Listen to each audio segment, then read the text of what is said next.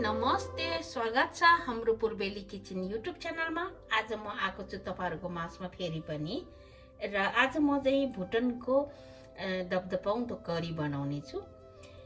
भुटन भनेको चाहिँ खासमा चाहिँ एकदमै कडक, एकदमै पानी नै नहालेको बनाउने हो।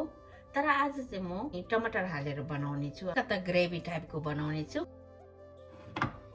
मैले यहाँ चाहिँ यो खसीको भुटन लिएको छु। आज खसीको भित्रसमा चाहिँ मैले यहाँ चाहिँ भुँडी लिएको छु, अनि यो फोक्सो र मुटु, अनि त्यहाँदेखि कलेजो चाहिँ मैले काँचो नै राखेको छु, उसिनिन। यो चाहिँ मैले मजाले प्रेसर कुकरमा उसिने फोक्सो र यो चाहिँ भित्रास यो के भन्छ अब भुँडीहरू सबै मजाले चाहिँ उसिनेर चाहिँ काटकुट पारेको छु। र यो चाहिँ मैले कलेजो चाहिँ उसिनिन। कलेजो उसिन्यो भने धेरै साह्रो हुन्छ, मिठो हुँदैन, टेस्ट हुँदैन, त्यही कारण मैले काँचो नै राखेको छु। र अनि यहाँ प्याज, एउटा ठुलो टमाटर, ठिकठिकैको प्याज एउटा, अनि मैले हरियो प्याज पनि काटेर रेडी पारेको छु। टमाटर प्याज हरियो प्याज काटेर रेडी पारेको छु। र अदुवा लसुन चाहिँ खलमा पिनी राखेको छु। धनिया पाउडर र जिरा पाउडर हालेर चाहिँ थोरै ग्रेभी जस्तो बनाउने छु। र टमाटर हालेपछि त्यसै पनि अलिकति ग्रेभी हुन्छ। म चाहिँ दाल भातसँग खाने छु आज चाहिँ यो। आज मेरो छुट्टीको दिनचर्या चाहिँ यस्तै हुँदैछ। अब हामी बनाउन सुरु गरौँ है त हाम्रो भुटन। अलिकति ग्रेभी भुटन चाहिँ अब बनाउन सुरु गरौँ है त। मैले सधैँ तोरीकै तेल लिने गरेको छु, तपाईहरुलाई थाहा भएकै कुरो हो।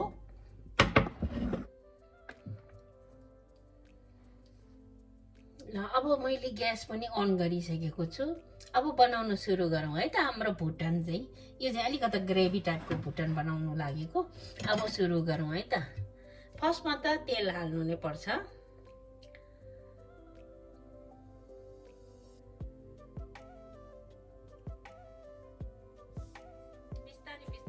तेल पनि तात्नु थालिसकेको छ। र फर्स्टमा म यो तेजपत्तालाई हालिदिन्छु। तेजपत्ता हालेको बित्तिकै प्याजलाई पनि हालिदिने।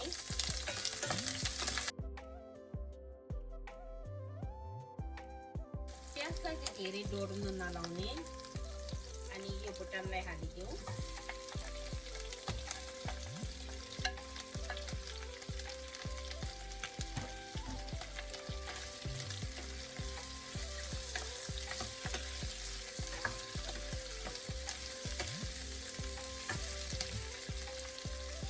स्वाद अनुसारको नुन हालिदिउँ।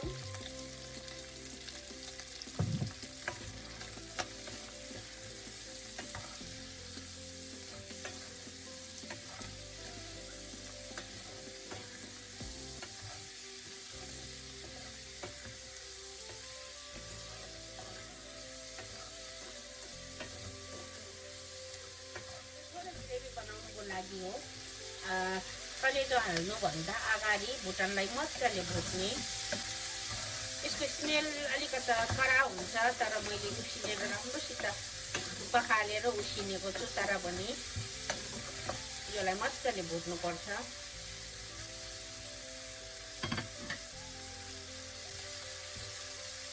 अब लसुन र अदुवाको पेस्टलाई हालिदिउँ। मैले चाहिँ खलमा पिनेको हो यो लसुन र अदुवा चाहिँ।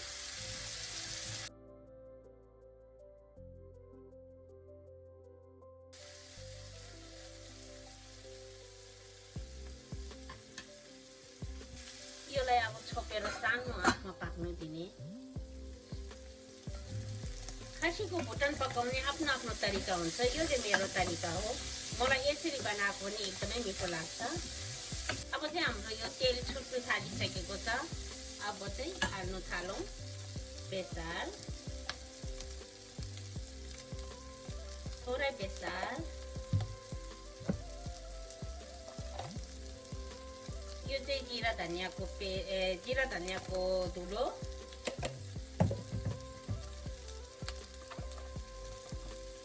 अनि यो चाहिँ चिली पाउडर। एकचोटि मजाले चलाइदिने, तेलसँग मजाले मिक्स होस्। पारिरहेको तेलसँग मजाले एकचोटि फ्राई होस् यो। अब मसलाको वासना आउनु थालिसकेको छ।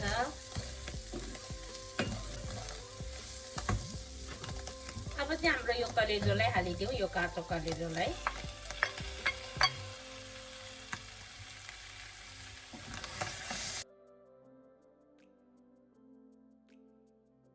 कलेजो चाहिँ धेरै पकाउनु हुँदैन, जति धेरै पकायो त्यति कडा हुन्छ र त्यसको टेस्ट पनि जान्छ। अब हालिदिउँ टमाटरलाई।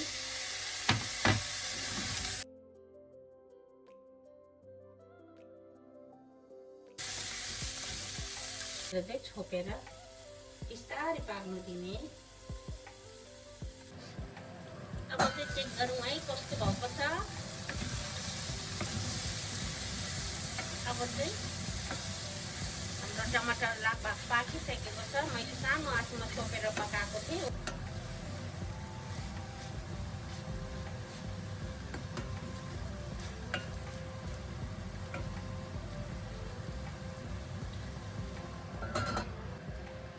अब चाहिँ हाम्रो एकचोटि चेक गरौँ है त।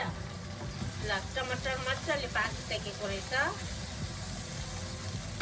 टमाटरको पानी पनि सबै सुकिसकेको छ र टमाटर पनि पाकिसकेको छ।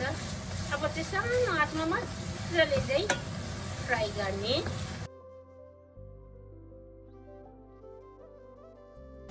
सानो एउटा टेस्ट गरौँ है त।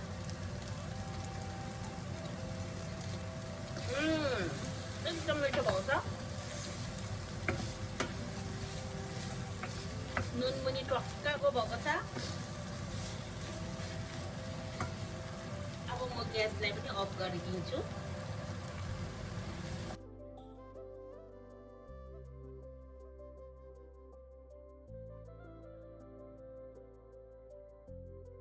हाम्रो हरियो प्याज थोरै हालिदिउँ,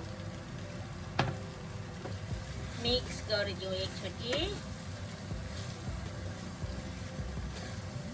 यो चाहिँ मेरो स्टाइलको भुटन हो है। यसरी पनि खान सक्नुहुन्छ। भुटन एकदमै तेलमा करक्क पारेको भन्दा पनि यो पनि एकदमै मिठो हुन्छ। धेरै जस्तोले तेलमा करक्कै पारेको बनाउनुहुन्छ, मैले पनि बनाउँछु र एकचोटि तपाईँहरूले पनि यसरी बनाएर खानुहोस् त, एकदमै मिठो हुन्छ। तर मजाले धोएको हुनुपर्छ, त्यहाँदेखि एकदमै मिठो हुन्छ। ल अब हाम्रो भुटन रेडी भयो। यो चाहिँ टमाटर हालेको भुटन हो है। अब रेडी भयो। म सर्भ गर्न थाल्छु है त।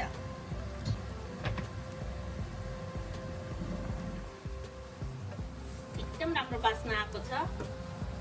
जुन चाहिँ भुटनमा हुने गन्धहरू चाहिँ केही पनि आएको छैन। एकदमै मजाको बास्ना आइरहेछ। अब यसमा म प्लेटमा हालिदिन्छु है त।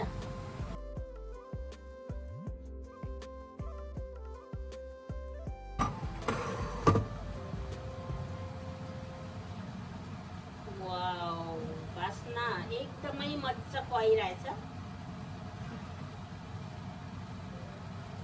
एकदमै राम्रो बास्ना आइरहेछ। खौ लाग्दो बास्ना आउँदैछ। म चाहिँ कालो दाल बनाउँछु अनि चाहिँ भातसँग खानेछु। आज मेरो छुट्टीको खाना चाहिँ यो भयो। माथिबाट हरियो प्याज थोरै।